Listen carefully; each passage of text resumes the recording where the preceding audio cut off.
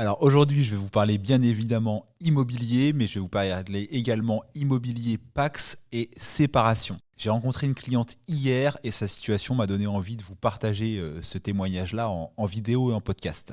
C'est une personne donc, qui était pacsée, qui envisage de se séparer, enfin qui s'est déjà physiquement séparée de son compagnon, son partenaire de Pacs, et qui est propriétaire en commun, en indivision, avec ce monsieur d'un bien immobilier qu'ils avaient acheté il y a quelques années. À l'époque, il y avait une proportion d'apport qui était différente. Donc madame est propriétaire de 70% des parts du bien immobilier et monsieur de 30%. Et là, bien évidemment, se séparant, il va falloir vendre cette maison. Et la première question qui s'est posée, c'est à quel moment on la vend ? Est-ce qu'on doit se dépêcher de rompre le Pacs avant la vendre ? Est-ce qu'on doit au contraire patienter pour rompre le Pacs et vendre d'abord la maison ? Donc déjà, cette première question, elle est importante et clairement, il vaut mieux vendre le bien immobilier avant. Pourquoi ? Ça va vous éviter un droit de partage qui s'élève à 1,1% du prix du bien immobilier.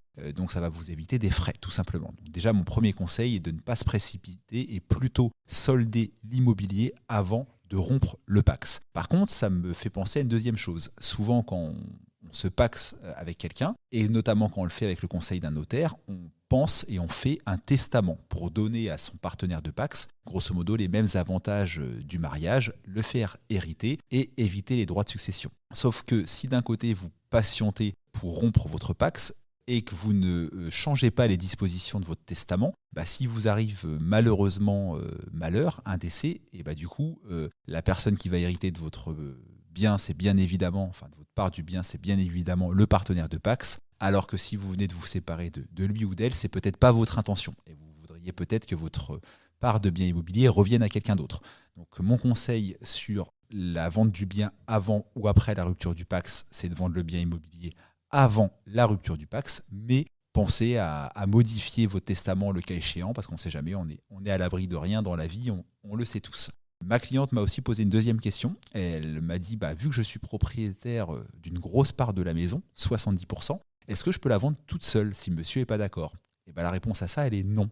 On entend parfois en termes d'indivision que quand on a 2/3 des parts, plus de 66% du bien immobilier, on a des droits. C'est vrai, mais c'est des droits de disposition, des actes de disposition du bien. On peut par exemple signer un bail d'habitation, mais pour vendre un bien immobilier, il n'y a pas de débat, il faut l'accord de 100% des parts, donc l'accord des deux personnes.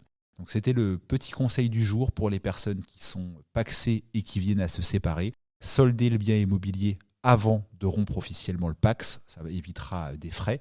Par contre, surtout si ça prend du temps, pensez à changer vos dispositions testamentaires. Et n'oubliez pas que, comme bien souvent en indivision, pour vendre un bien immobilier, il faut l'accord de tout le monde, indépendamment du nombre de parts. Si vous avez d'autres questions en immobilier, il y a tout un tas de sujets traités dans l'émission La Minute du Propriétaire. Le logo est juste derrière moi. Ce sont des TikTok, des vidéos sur YouTube, des séries de podcasts que vous trouvez sur toutes les plateformes d'écoute. Et n'hésitez pas à poser vos questions en commentaire, ça me donne justement des sujets à traiter plus tard en vidéo. Ciao!